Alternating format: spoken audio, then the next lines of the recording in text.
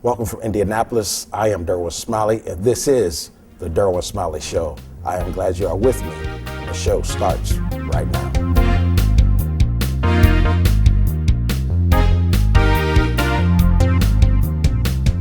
Dr. Karen Dace is the new Vice Chancellor over Diversity, Equity, and Inclusion at IUPUI.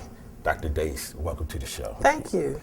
First, let me congratulate you on your taking the new office over diversity, equity, and inclusion at IUPUI. So how are you liking the wonderful city? I think it's been working very well. I'm having a good time meeting a lot of people, finding that there's a lot of interest in the work and a lot of support for it. So it's been good. So tell me a little bit about yourself, where you come from. Well, I was born and raised in Chicago, grew up there on the South Side, the middle of 3 kids, very hardworking parents who really instilled in us the importance of equity, really what I do now. You know, I think about how I ended up doing this work was never my goal. I went to school to become a professor. But when you think about sitting around the dinner table, and the lessons you learn as mother and father talk about work and what they were experiencing and how they sometimes had to advocate for folks, I find myself doing the same thing now.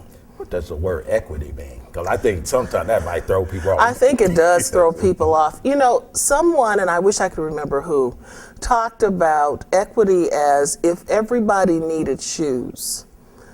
Equality says we all give them a size 8 because everybody gets the same thing. Equity says I have to give you what you need, right? I have to pay attention to your unique needs.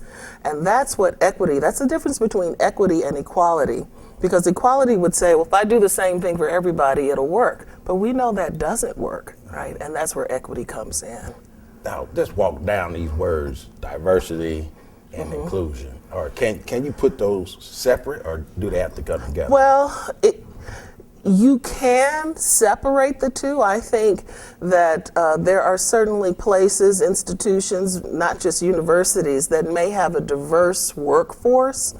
But if you ask the folks there, they might say they don't feel included. So you can have a presence without having the inclusion, which I think was really smart in the naming of this office to not just say diversity. I've been a vice president for diversity, and I think it was implied that we wanted everybody to be included, but that wasn't a part of the title. So this is the first time I've been in an institution where they're saying, yes, we want diversity, right? And yes, we want equity, but we want everybody to be included. And that's a really important part of it. So tell me what's going on now at the office at IUPUI. Well, I've been here for 8 months now, trying to get the lay of the land. We're doing some reorganizing. Our office staff had its first retreat back in January. We came up with a new vision for the office. We've never had a vision before. We have a mission statement now. We have a tagline that I am really excited about, and actually it came up during our retreat. And that is, diversity is a thought, not an afterthought, and action, not a reaction. And even in that tagline is something that gets at that inclusion again, right? Because if it's inclusion, it's not an afterthought. It's not, oh, we planned this event, but we forgot. You know, we didn't think about this group or that group. That group is in the mix as we're planning. So that's how we decided we wanted to figure out, as an office, how we wanted to be known. What do we want to be known for? Now we can go forth on the campus and in the community doing those things, right? And we're trying to figure those out. So what we're going to begin doing this summer is working on a campus diversity plan, which will lay out for the entire campus what it will look like when we have diversity, equity, and inclusion.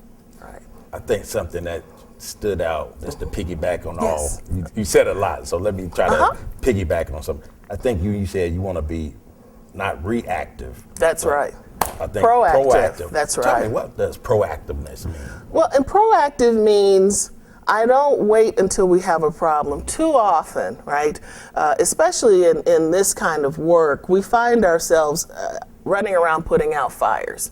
Something happened over here. Oh my goodness, let me go hurry up and take care of that. Oh my goodness, now it's over here, right? And so you're running around. Well, if you are very thoughtful in what you're doing, if you are inclusive in what you're doing, if, let's say, we're doing a search for a new faculty member and we mix up the committee, so that we make sure we've got some women on the committee, we've got some people of color on the committee, maybe we need to have some people with disabilities on the committee, so we mix up the committee so we get different voices at the table.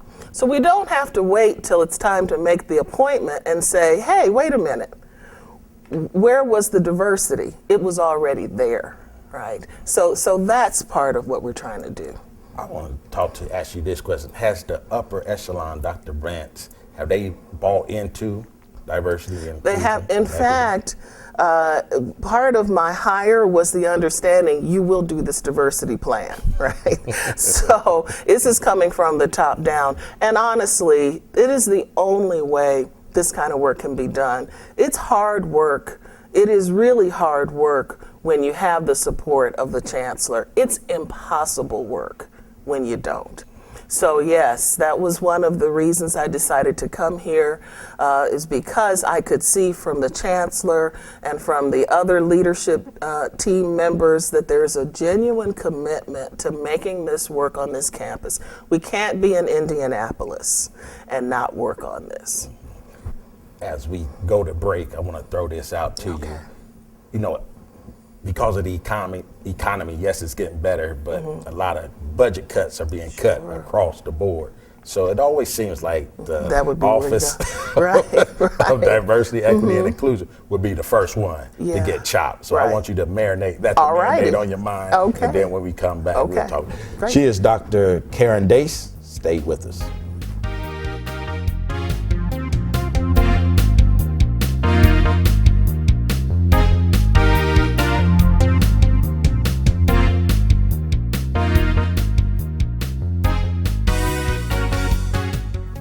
Thank you for staying with us. We will now continue our conversation with Dr. Karen Dace of IUPUI.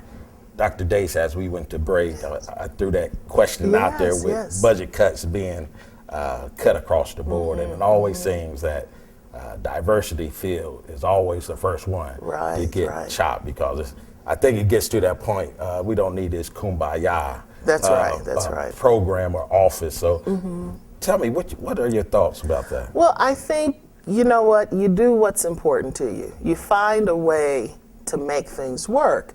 And I'm fortunate that I haven't had to deal with that in this position. I have had to deal with it in a position before, but I will go back to, amazingly, I was at the University of Utah, and I was the chief diversity officer there. And when we were having budget cuts, my boss came into me and he said, I can't cut you. This is a real commitment here. And if I cut you, that cuts our commitment. Right, so I always use that as a model. You have to figure out what's important. And then you go back to, every university has a strategic plan. Our strategic plan includes diversity. So you can't say it's a value and then say I have to cut it. And I think the other thing that folks really need to think about is this, that our demographics in this country are changing rapidly. And if we haven't figured out how to work across difference and within difference, we're doing a disservice to our students. They're not going to be prepared to enter this city, the workforce in this city, let alone any other city in this country or the world, and not know how to work with people who are not like them. We have corporations who want folks who know how to work with different populations. And the university is a great place for that to happen. Often it's the first place where it happens. I think something that blew my mind, you said you was in Utah? That's correct. I know, right. Who thought? Who would have thought? And the Chancellor came to you and said, we will not cut. That's right. I reported to he was the senior vice president there, like a provost, but senior academic person, but that's right. I didn't go to him. He came to me and he said, we just got out of a meeting where we were talking about, we got to have these cuts. And he came and said, I just can't do it. Tell me, do you think the office of the profession of diversity training, do you think it gets a bad rap because it's like people that think it's an easy field to get into and you don't have to have no credentials or anything? That hasn't been my experience. But I think it really depends on how serious the institution is. And yeah, you could survey and you could find some folks who've never done anything, never read a book, never, But then most of the people, and we kind of know each other for the most part around the country. Most of the folks that I know who do this work are really committed to it because I wish it were easy. It is very hard work and it takes a toll on you emotionally. I think most of us do it because we really care about it. There are a lot of things we could be doing. I'm a tenured professor and I was really happy teaching and writing. And, but this is important work. And when I think about the impact, the opportunities we're able to give students who might not otherwise have them, or the way we can help faculty understand students in their classrooms that they never had to teach before, that we can say, well, this is how this community engages, and you might want to try this in a different way, right? There's so much that we, I think, as a team have done, and not just our team, but around the country, folks who do this work have opened up the university for folks who were never intended to be on that land, as well as open up communities to people who don't have an understanding of them. So I don't know who thinks it's easy work. I haven't found it to be that way.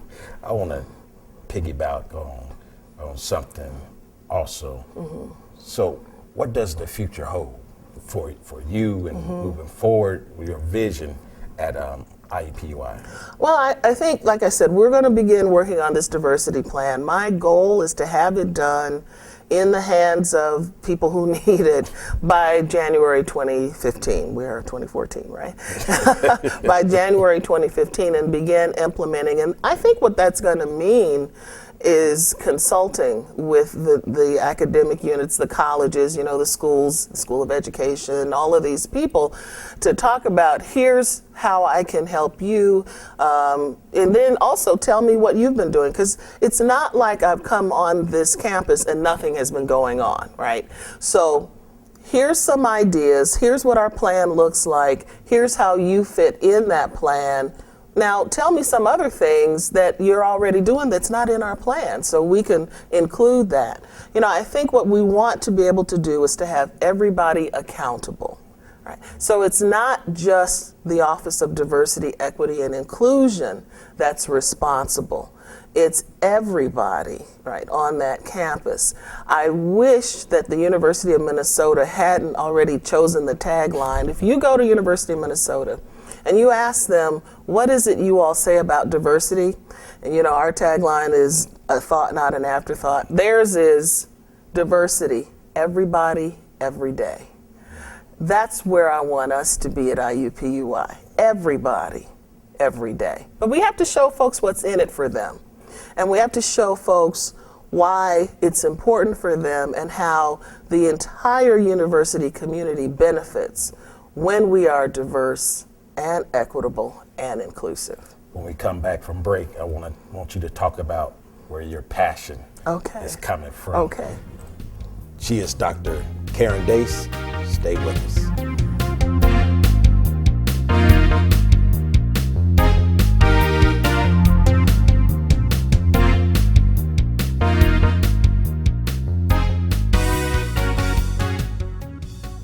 Dr. Dace, as we went to break, I wanted to talk to you about where you get your passion from.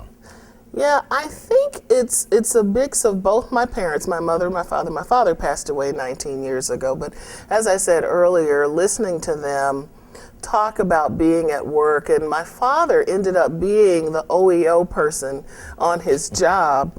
Not because he had the training, I think, right? But there he was. And he really took it on. So I remember when he died, we got letters from people who he had helped, who he had advocated for on the job. And so I think the passion comes from that. I know it comes from that. But I also think it comes from just being raised in the church and, knowing the difference between right and wrong and listening to my parents not just talk about work, but, I grew up, I hate to say, in the 60s and 70s, and so hearing my parents talk about, I remember when Martin Luther King was killed, right? So I remember the discussions around that time, and I don't know that I could not do the work. As I said, I was really happy teaching, but I'm also happy doing this work, and I'm fulfilled, yeah. So what made you take the leap into it? I was nominated. Really, I was nominated, but I think when I got the phone call saying you've been nominated to be the VP, that was when I was in Utah, I moaned, literally, verbally moaned on the phone, because I think at the time that call came in, I knew I was supposed to do it. But I also knew that it would change my life drastically. It would change my time and my free time and all of that. But I wouldn't change any of that. This is my third Chief Diversity Officer position, and people keep saying, well, you should be doing, you should go for the presidency or, become the Chancellor. I don't want to do that. That's not where my passion is. My passion really is with doing this work. And until God tells me to do something else, that's what I'm going to do. Do you think young people, the youth of today, or the college educated individuals, do they get it? Some do, some don't. I think about myself as a beginning college student, very starry-eyed, thinking the world was one way, and then finding out little by little my parents were right, all the time. I think you will see a little bit of everything. You'll see students who want to talk about these issues and engage them, and then you'll see students who don't want to have anything to do with it. My experience, I was actually talking to someone on campus who was a white administrator, and he said, my college roommate was African American, and he never got involved in the Black Student Union. And I said, a lot of folks don't until something happens, right? So sometimes it takes an event, and then folks realize, I need to find that source of support. And often for blacks, it's the Black Student Union, right? For women, it's the Women's Center, but it's something that draws you in, and usually, unfortunately, it's a negative event, or you need some help. Are you optimistic or hopeful? I am always optimistic. I am the glass is half full, always. I just believe that people want to do the right thing. I think sometimes we just don't know what it is, and I believe when you know better, you do better. And so if you give folks the information, then there's no excuse not to do the right thing. I wanted to get your take on, this year is the 60th anniversary of Brown versus the Board of Education. Are we there? Are all the schools, public schools, private schools, parochial schools, at the same level? Oh, no. I mean, are they better than in some ways? I think they're much better. I think there are materials that, when we go back and look, when Charles Hamilton Houston did the film, The Road to Brown, well, that was the documentary. I'm not sure what the film was called, but when he documented the drastic differences between black and white schools, you could see that some of those things are so much better now. Actually, the graduation rate is better, right, than it was. But I think about someone like my father, who grew up in Laurel, Mississippi, who knew every stanza of the Negro National Anthem and was proud of it. And I think about today, I went to an event about a month ago, and it was a largely black event, and everybody's reading the words, and I know the first stanza, because when I went to school, we had to know that. I think there was something that happened in those segregated schools that may not be happening in integrated or even the segregated schools of today. Those teachers love those kids, right? And they worked for those kids. And that community that existed, so that your teacher was also in church on Sunday, and your parents trusted you and entrusted you to their care. And unfortunately, I think we've lost a lot of that over the years with our schools, and that's sad. That's very sad. I think when I think about my father and his sense of self and he was proud of being a black man, right? And I don't know that is happening the way it did then. So what school did you go to undergrad? The University of Illinois, Chicago.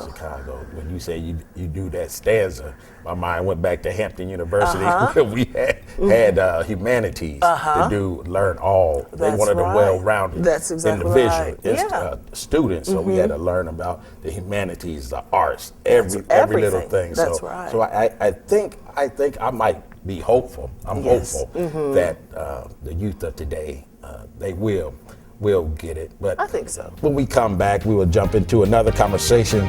Stay with us.